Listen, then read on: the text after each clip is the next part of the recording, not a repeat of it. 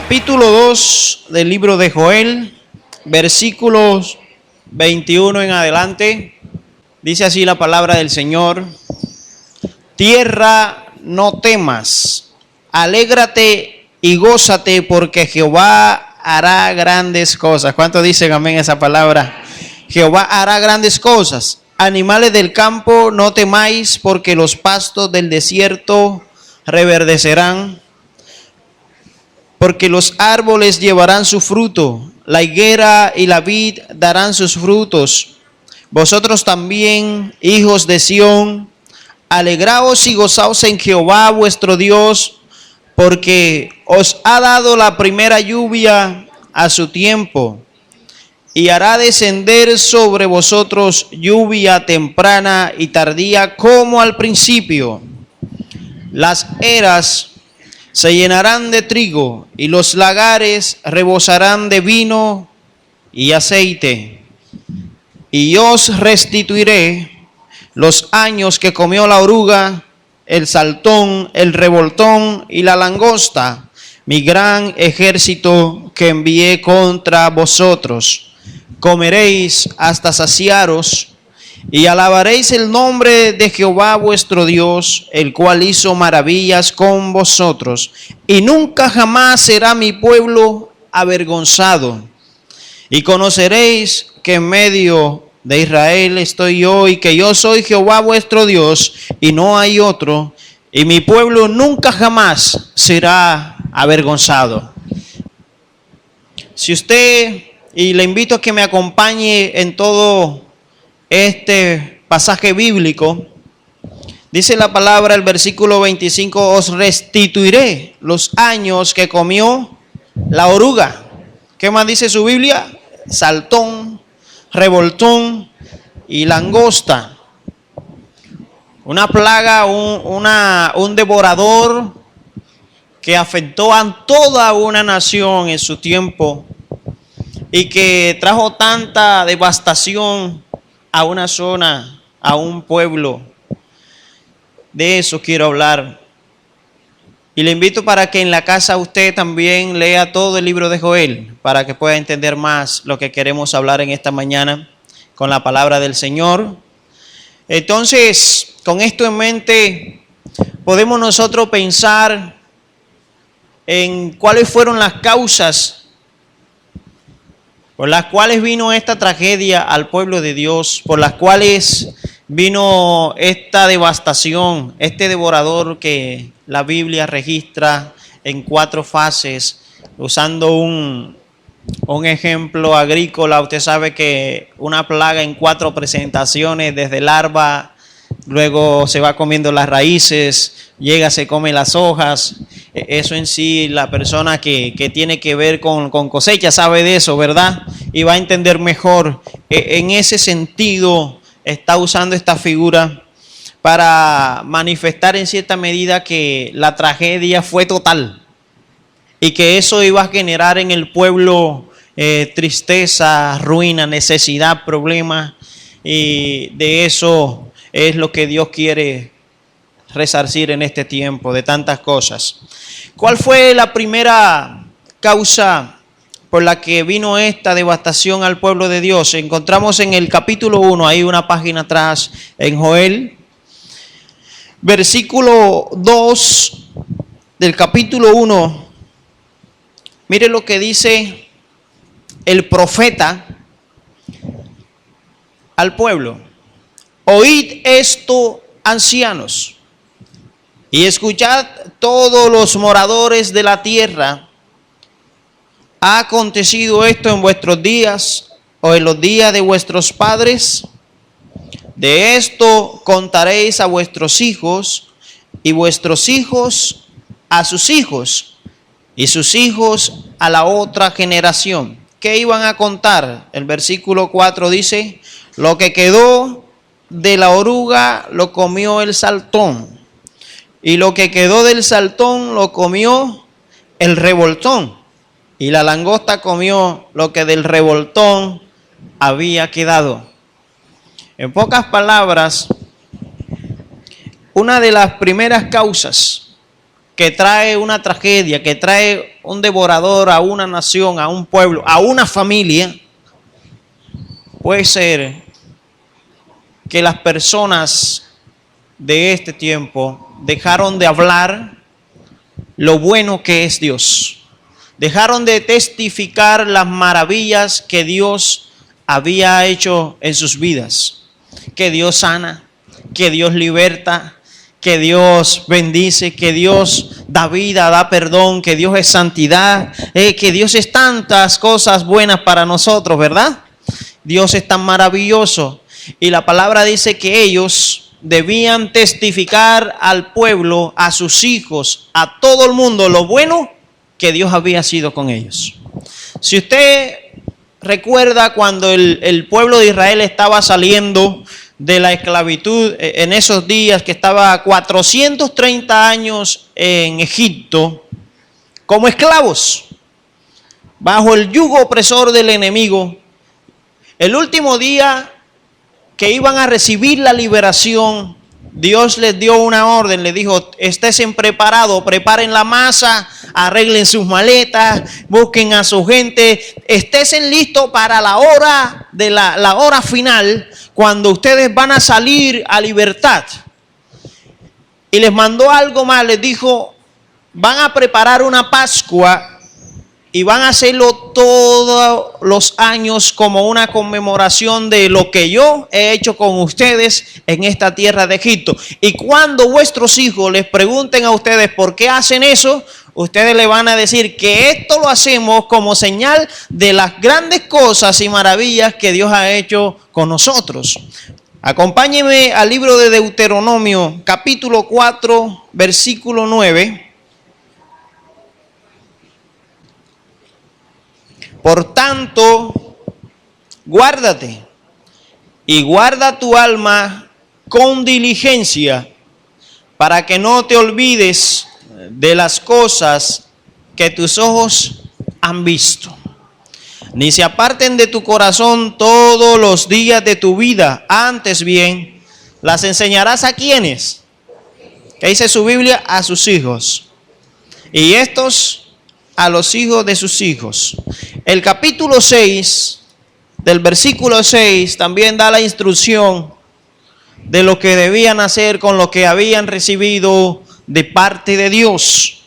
Capítulo 6 de Deuteronomio, una página siguiente, dice: y estas señales, capítulo 6, versículo 6, y estas palabras que yo te mando hoy estarán sobre tu corazón, y las repetirás a tus hijos. Hablarás de ellas estando en tu casa, andando por el camino, al acostarte y cuando te levantes, y las atarás como una señal en tu mano y estará como frontales entre tus ojos, y las escribirás en los postes de tu casa y en las puertas. Dios es claro y específico. Ellos debían dar instrucción a sus hijos, enseñarlos y dar testimonio de lo que Dios venía haciendo con sus vidas. Tenían que declararles a sus hijos lo maravilloso que había sido Dios. La instrucción. Cuando damos instrucción a los niños a temprana edad, hermanos, ¿qué va a suceder? Cuando son viejos no podrán apartarse, dice la palabra, ¿verdad? Hoy es fácil encontrar en la casa, en la familia cristiana, usted visita un hogar y encuentra de todo tipo de paisajes, cuadros hermosos, ¿verdad? Frutales, paisajes naturales, cuadros de deporte, pero es difícil encontrar un texto, un cuadro que diga: yo y mi casa serviremos al Señor. Hoy ya no se encuentran esos textos que comprometen a la familia en el servicio a Dios. Es difícil encontrarlos en estos días en la casa de los creyentes. Usted visita a un creyente, bueno, gloria a Dios por lo que lo hacen, pero yo estoy convencido que la palabra marca la vida de las personas y la cambia, ¿verdad? ¿Cuántos están de acuerdo conmigo? Esto debían hacer ellos, debían instruir a sus niños, debían testificar, debían compartir lo grande y lo maravilloso que Dios había sido y había hecho en sus vidas. Pero no lo hicieron, dejaron de hacerlo. Y ahora Dios les dice: bueno, como ustedes no lo hicieron, como ustedes dejaron de testificar lo que yo he hecho, se olvidaron ¿De dónde lo saqué? Se olvidaron de lo que hice, ahora les toca contarle lo mal que les está yendo por no cumplir mi palabra. Tremendo, ¿verdad? ¿Qué preferiría usted? Porque aquí donde estuvimos leyendo en Joel, en este capítulo 1, versículo 3, le dice que los padres ahora debían contarle a los hijos, y esos hijos cuando crecieran, ¿a quiénes le iban a contar? A sus hijos, y esos cuando tuvieran hijos debían contarle a sus otros hijos. 4 generaciones están afectadas por un mal testimonio y por dejar de testificar lo que Dios había hecho en la vida de un pueblo, en la vida de una familia, en la vida de cada uno de esas personas. Y la segunda razón por la que vino este devorador, este mal al pueblo de Dios, es que ellos dejaron de cumplir el llamado, la misión y el propósito que Dios les había dado a ellos.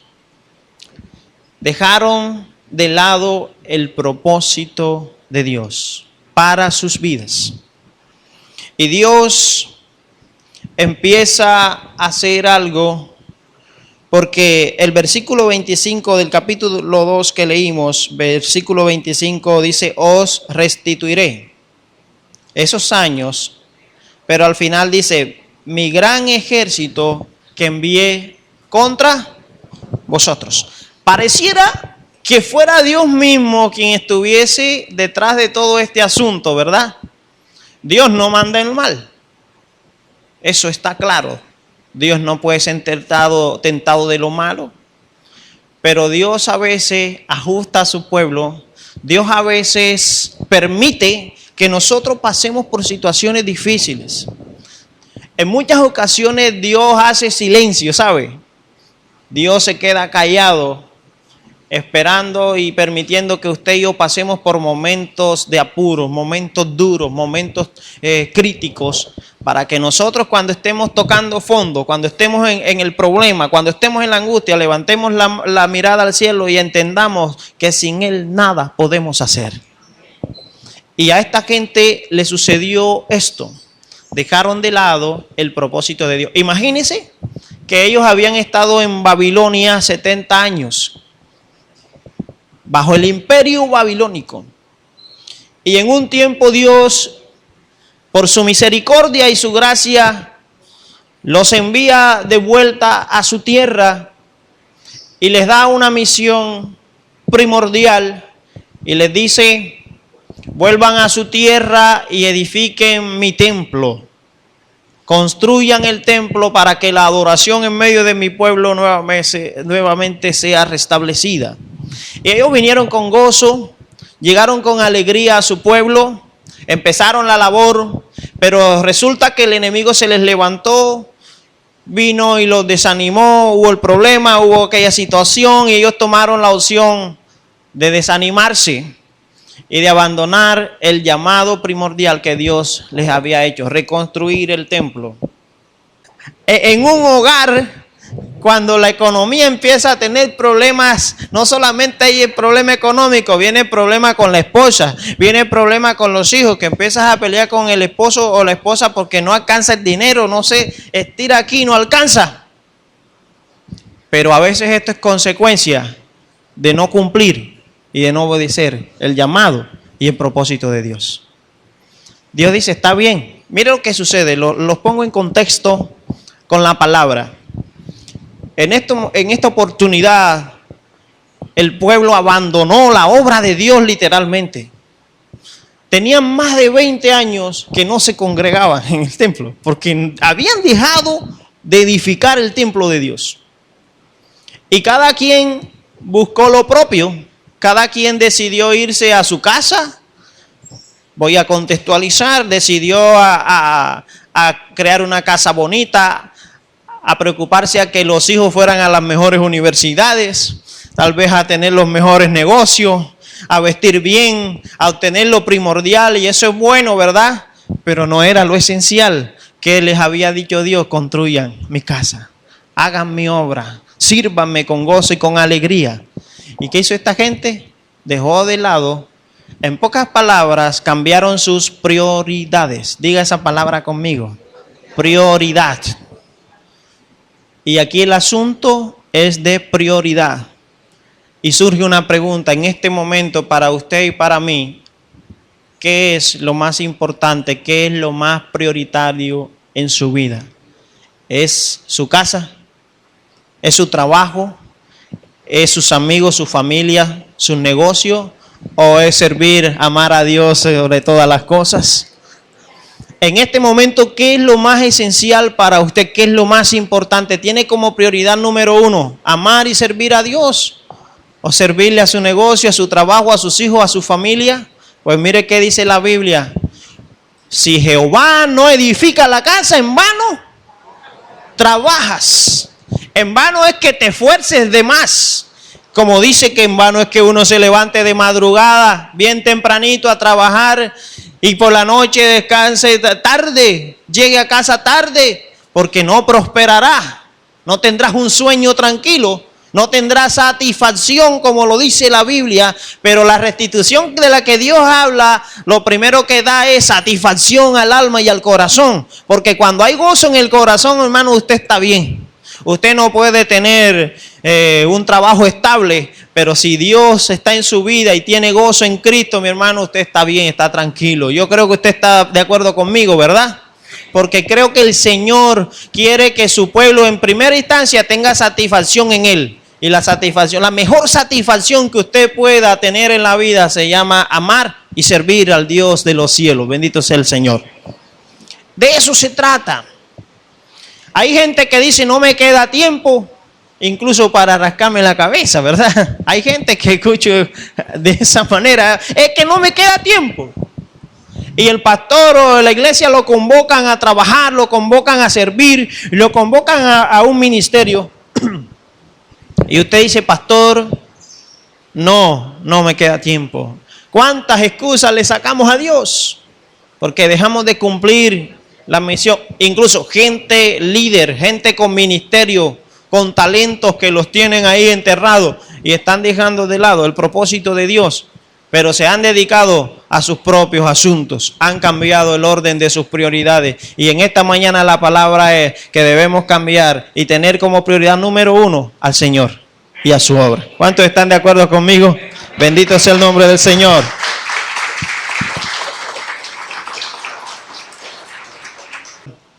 Vamos a Malaquías, allí hay un ejemplo claro, capítulo 3. Versículo 10. Traed todos los diezmos ¿a dónde? Al alfolí, y haya alimento en mi casa. ¿Y qué más dice Dios? Y pruébenme en esto. Ahora en esto dice Jehová de los ejércitos.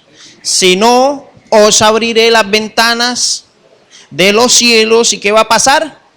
Derramaré bendición sobre vosotros hasta que sobreabunde. ¿Qué más dice la palabra? ¿Qué más dice su Biblia? ¿Qué hace Dios por usted? ¿Reprenderé a quién? También por vosotros al devorador, y no os destruirá ¿qué cosa? El fruto de la tierra, ni vuestra vida en el campo será estéril, dice Jehová de los ejércitos, y todas las naciones de la tierra os dirán, bienaventurados, porque seréis una tierra deseable, dice Jehová. Y esa es una promesa para usted. Y es para mí también. Y esto es una llave. ¿Qué dice? Si usted le paga los diezmos a Dios y las ofrendas, ¿qué hace el Señor? Solamente abrirá una ventanita y por esa ventanita habrá bendición hasta que sobreabunde a favor de su vida y de su casa. Pero miren lo que hace Dios también. Él al devorador. Si usted cumple con lo primero que hace Dios con lo segundo, lo reprende. Es decir, que su responsabilidad y mi responsabilidad es obedecerle ¿a quién? Al Señor, y Él promete que Él pelea por usted. Que Él cerca a su casa, que Él cerca a su familia, cerca a lo que usted tiene y lo bendice. Pero ¿qué va a pasar si usted no cumple con eso? ¿Qué va a pasar si usted no le obedece a Dios? Dios lo puede hacer, ¿verdad? Pero es que hay un principio. Se llama obediencia. Y es como entonces, como si usted y yo le estuviésemos amarrando las manos al Señor. No me malinterprete. Dios es soberano, ¿verdad? Y por su misericordia Él nos socorre. Pero hay cosas que uno mismo se trae para sí. y permitimos que el mismo devorador venga y arruine nuestra economía, como le dije, la salud, la unidad familiar, tantas cosas que roban la tranquilidad y el gozo de los corazones. Cuando usted y yo hacemos eso, estamos dando una facultad al enemigo para que tome posesión de eso. Está en Cristo, ¿verdad? Pero usted está dando facultad legal. Sin embargo, Dios es bueno. Él quiere restituir, Él quiere bendecir y dice, párense en los caminos, mediten sobre sus obras y vuelvan, retomen la obra que yo les he mandado hacer. ¿Por qué Dios te quiere dar tantas cosas y tantas bendiciones? Bueno, en primer lugar, Dios quiere ser glorificado en medio de su pueblo. Dios quiere que a Él se le dé honra y que se le dé la gloria en todo momento en medio de su pueblo. Se lo voy a explicar con un texto bíblico que está en Ezequiel, capítulo 36, verso 16. Vino a mí palabra de Jehová, diciendo, hijo de hombre, mientras la casa de Israel moraba en su tierra, la contaminó con sus caminos y con sus obras. Como inmundicia de menstruosa fue su camino delante de mí, y derramé mi ira sobre ellos por la sangre que habían derramado en la tierra, porque con sus ídolos la contaminaron. Les esparcí por las naciones, y fueron dispersados por las tierras, conforme a sus caminos y conforme a sus obras les juzgué. Y cuando llegaron a las naciones a donde fueron, profanaron mi santo nombre, diciéndose de ellos, estos son el pueblo de Jehová, óigalo bien, y de la tierra de él han salido. Mire lo que sucede aquí. El pueblo se olvidó de Dios, empezó a pecar contra Dios, y Dios lo entregó en manos de sus enemigos. ¿Y qué sucedía? Que cuando iban a esas naciones donde fueron esparcidos, la gente no hablaba mal de ellos, decían, mira, este es el pueblo de Dios, míralo cómo está. Están cautivos, están en derrota, Dios mismo los ha entregado a mal. ¿Y de quién hablaban mal? No hablaban del pueblo, sino que hablaban mal de el Señor. Lo que sucede es que cuando usted y yo tomamos actitudes no buenas, decisiones equivocadas o cometemos alguna situación, no se habla mal de usted. ¿De quién hablan mal? Dígalo, del Señor. No se habla del hermano ni se habla de la iglesia, se habla es de Dios.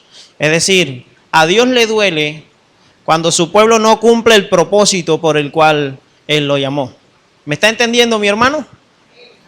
Cuando usted y yo no cumplimos la labor, no cumplimos el propósito y el llamado de Dios, a Dios le duele eso.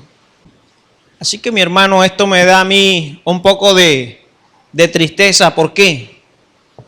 Porque cuántas cosas de las que tú y yo tenemos o hemos alcanzado, de pronto no las merecemos. Pero Dios me las dio a mí y te las dio a ti, porque Él no quiere que se hable mal de Él, sino que Él sea glorificado en medio de su pueblo. ¿Cuántas veces tú y yo hemos puesto en burla el nombre del Señor por nuestra culpa? Por no cumplir su propósito. Porque estás en la empresa o estás en la universidad y estás rodeado de gente y ahí incluso no saben que eres creyente. Y alguien te ve y le dice, oye, tú eres cristiano. Pero no es eso, sino que Dios quiere en este tiempo bendecirte, sacarte a flote, sacarte adelante para que la gente sepa que Dios es poderoso y que mora contigo. Bendito sea el Señor. Que tu casa, que tu familia, que en tu barrio sepan que Dios vive y está en tu casa.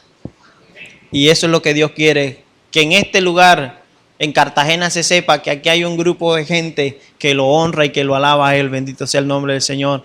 Y que digan, están siendo bendecidos no por ellos, sino porque Dios está con ellos. De verdad que sí. Les voy a contar otro testimonio, porque quiero ir cerrando. que le conté a los hermanos esta mañana. Una señora en la iglesia, una joven muy hermosa, fue a la iglesia unos meses. ¿Qué meses? Más del año. Y estábamos en un ayuno. Y ella nos pidió que oráramos por ella porque el esposo le pidió que tomara una decisión radical. Le dijo, ya desde que estás yendo a la iglesia, no me acompañas a las parrandas con mis amigos, no me acompañas a las fiestas, ya a mí no me tienes en cuenta, según él. Entonces quédate en tu iglesia, decídete por tu iglesia o por mí. Y ella estaba angustiada y yo le di esta palabra que Dios puso en mi corazón. Le dije, hermana, si usted honra al Señor, Dios la va a honrar a usted con su esposo también. Él va a venir si usted lo honra. ¿Sabe qué decidió mi hermanita? Decidió irse a la fiesta y a la parranda con su esposo. No pasó un mes cuando el esposo la había dejado por otra más joven que ella. ¿Por qué? Porque cuando uno decide agradar al hombre, agradar al mundo en vez que servir y amar a Dios, le va mal, hermano. Le va grave. Y esto puede ocurrirle al pueblo de Dios. Pero Dios es bueno. Dios honra a sus hijos. Todo hijo que decide amarlo y honrarlo, Dios también lo va a respaldar. ¿Cuántas de las cosas que Dios quiere hacer con nosotros no las ha hecho porque nosotros no nos hemos comprometido 100% con Él? Mi hermano, Dios a usted cuando le dé una familia hermosa, lo hace para que usted le dé la honra a Él. Amén. Pero además de eso, Él nos quiere sacar de la vergüenza. Estamos en una época donde ser hijo de Dios abre puertas. Hoy usted dice que es cristiano y ¿sabe qué sucede? Le abren las puertas. No es como en la época de antes. Usted decía que era cristiano y las puertas se cerraban. Allá en la iglesia tuvieron que crear el colegio para los hijos de los cristianos porque no los recibían en los otros colegios por ser evangélicos. Y entonces los hermanos de la iglesia tomaron la opción de fundar el colegio Antonio Ricaurte. Y ser creyente en el pasado era sinónimo de afrenta, ¿verdad? La gente lo menospreciaba a usted, la gente se burlaba, pero hoy no. Hoy Dios está dándole honra a sus hijos. Hoy Dios lo está levantando en alto a usted y me está levantando a mí. ¿Por qué? Porque Él quiere glorificarse y Él lo está honrando a usted. ¿Sabe qué dice la Biblia? Que usted y yo conoceremos a gente que jamás nos habremos imaginado y gente que nunca usted pensó. Correrán a usted por causa no de suya, de la influencia, o que sea bonito o que tenga afinidad política con alguien, no, sino por causa del Santo de Israel que te está honrando a ti, mi amado hermano. Eso es lo que va a pasar.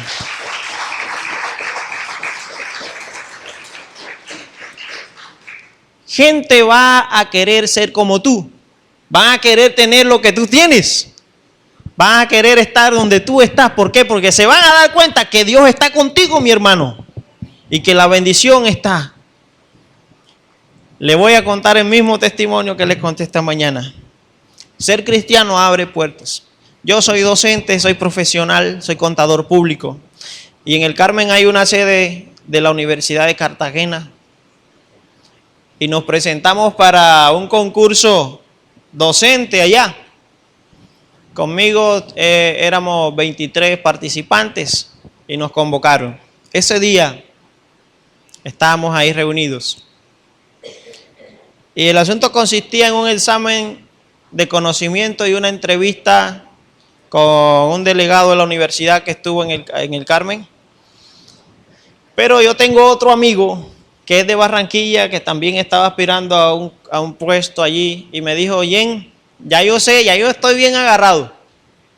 Yo conozco al director de la universidad aquí, soy amigo de él. Ya tengo mi palanca lista, ya yo estoy seguro. Y yo le dije, bueno, la única palanca mía es el Señor y esa es suficiente.